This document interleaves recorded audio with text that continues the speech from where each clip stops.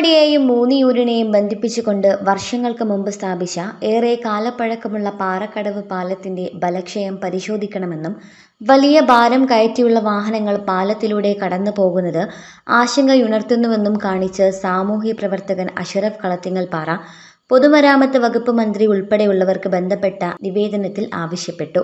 നിർമ്മാണത്തിലിരിക്കുന്ന ദേശീയപാത 66 Kooriyad road തകർന്നതോടെ container ഉൾപ്പെടെ വലിയ ഭാരം വഹിച്ചുകൊണ്ടുള്ള വാഹനങ്ങൾ പാറക്കടവ് പാലം വഴിയാണ് തൃശൂർ കോഴിക്കോട് ഭാഗത്തേക്ക് കടന്നു പോകുന്നത്. കാലപ്പഴക്കത്താൽ തൂണുകൾ ദ്രവിച്ചുകൊണ്ടിരിക്കുന്ന പാലത്തിന് ഇത് ഏറെ ഭീഷണിയാണ്. കൂരിയാട് ദേശീയപാത നിർമ്മാണം പൂർത്തിയാകുന്നത് വരെ പാറക്കടവ് പാലം വഴിയായിരിക്കും വലിയ വാഹനങ്ങളടക്കം കടന്നു പോവുക. കൂരിയാട് റോഡ് ഗതാഗതത്തിന് തുറന്നു കൊടുത്താലും ചമ്രവട്ടം വഴി എറണാകുളത്തേക്ക് പോകുന്ന വലിയ ലോഡ് കയറ്റിയ വാഹനങ്ങൾ ഇതുവഴിയാണ് കടന്നു പോവുക. പാലത്തിന്റെ പല തൂണുകളും കൈവരികളുമെല്ലാം ദ്രവിച്ചതിനാൽ വലിയൊരു അപകടം ഉണ്ടാകുന്നതിന് മുമ്പ് തന്നെ പാലത്തിന്റെ ബലം പരിശോധിച്ച് ഉറപ്പുവരുത്തണമെന്ന് നിവേദനത്തിൽ അഷറഫ് കളത്തിങ്ങൽപ്പാറ ആവശ്യപ്പെട്ടു. MT news Tirurangadi.